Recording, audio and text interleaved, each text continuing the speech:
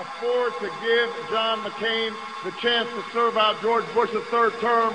We need change in America, and that's why we will be united in November.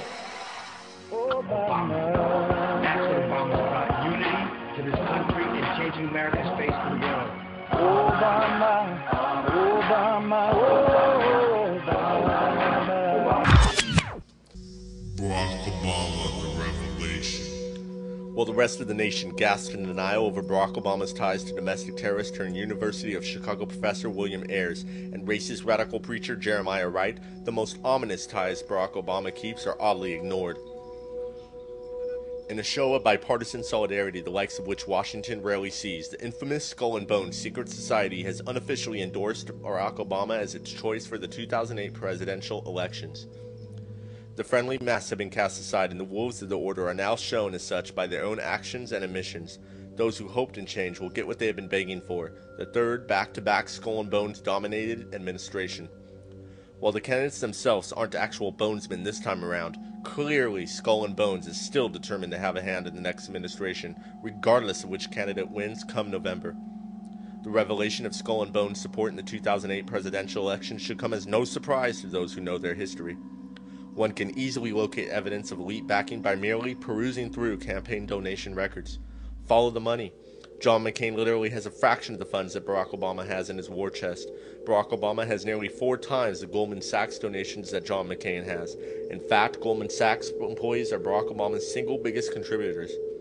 On a separate note, Obama's next biggest contributor is the University of California. Skull and Bones member Daniel Coit Gilman was the second president of the University of California, and his influence on the UC system and education as a whole continues to be felt to this day. Paradoxically, the Skull and Bones-laden Bush administration also boasts extremely close ties to Goldman Sachs, White House Chief of Staff Josh Bolten, Robert Zoellick, bailout architect and Treasury Secretary Henry Paulson, and Paulson's deranged-looking protege Neil Kashkari are all former Goldman Sachs execs. The newly created Office of Financial Stability is in charge of doling out funds from the $700 billion bailout package, which will then be used to further consolidate wealth into the coffers of participating corporations, the majority of whom appear to be ardent Barack Obama supporters. Another notable Obama supporter is former National Security Advisor to President Carter, Zbigniew Brzezinski, who apparently has been Obama's guardian angel since Barack's Columbia University days when he and Zbigniew first met. As National Security Advisor when he wasn't arming and training Osama bin Laden and his Mujahideen, later to reorganize into Al-Qaeda, Brzezinski was attending Bilderberg group meetings and co-founding the Trilateral Commission with fellow CFR member and devout international elitist David Rockefeller. To Dr. Brzezinski, I can't say enough about his contribution to our country. He has proven to be an outstanding friend and somebody who I've learned an immense amount from, and for him to support me in this campaign and then... Brzezinski, labeled by some as a neoconservative Democrat due to his close ties with the University of Chicago graduate and neoconservative PNAC signatory Paul Wolfowitz, is currently a professor of American Foreign Policy at Johns Hopkins School of Advanced International Studies. Johns Hopkins University's first president was also Skull and Bones kingpin Daniel Coit Gilman. Get this, Brzezinski's son, Ian Brzezinski, is employed by the John McCain presidential campaign. Brzezinski's other son, Mark Brzezinski, is an advisor to the Barack Obama presidential campaign. Obviously Hegelian, of course, but for some reason, apparently not newsworthy. Next, we will move on to Skull and Bones member, CIA agent, and supposed conservative icon William F. Buckley Jr., who founded the National Review political magazine in 1955. National Review was to be one part, the right, of the left-right Hegelian political control process. The goal of the magazine's creation was to influence the political right along with social and fiscal conservatives towards more centrist and populist ideologies while diminishing the influence of the traditional conservatives. In the 1970s, the National Review became an early driving force promoting the spread and defense of neoconservative ideology, an ideology it has maintained ever since.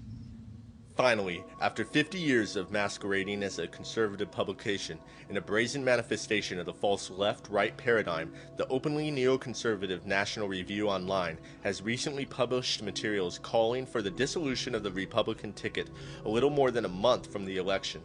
Another Buckley, a National Review writer, is the son of William F. Buckley Jr., Christopher Buckley, who writes the back page column for National Review and runs a news site called The Daily Beast. Christopher Buckley, who like his father is also a skull and bones patriarch, has recently made headlines by his open endorsement of Barack Obama. The manipulation continues in an article on Christopher Buckley's The Daily Beast website where he lambasts Blackstone Group co-founder Stephen Schwarzman for excess and arrogance. This apparent infighting is nothing more than managed conflict meant to garner trust and agreement from conservatives. We know this because Buckley, like Schwarzman, is a member of Skull and Bones and a large Republican contributor. Schwarzman founded the Blackstone Group with Peter Peterson, who served as Lehman Brothers CEO before going on to succeed Brzezinski's old buddy, David Rockefeller, to the position of director of the CFR in 1985, a post Peter Peterson held for 22 years. All of the 2008 presidential candidates, with the exception of Ron Paul, are members of the CFR, as are most Washington insiders and social engineers like Angelina Jolie and Pastor Rick Warren. It also must be noted that Barack Obama's wife, Michelle Obama, is listed as the director for the CFR in Chicago, and perhaps it was destiny for young Barack Obama to one day ascend into the ranks of the global elite. After all, Stanley Dunham, Obama's maternal grandfather, is a seventh cousin once removed of former CFR director and current Vice President Dick Cheney. Look it up if you need to.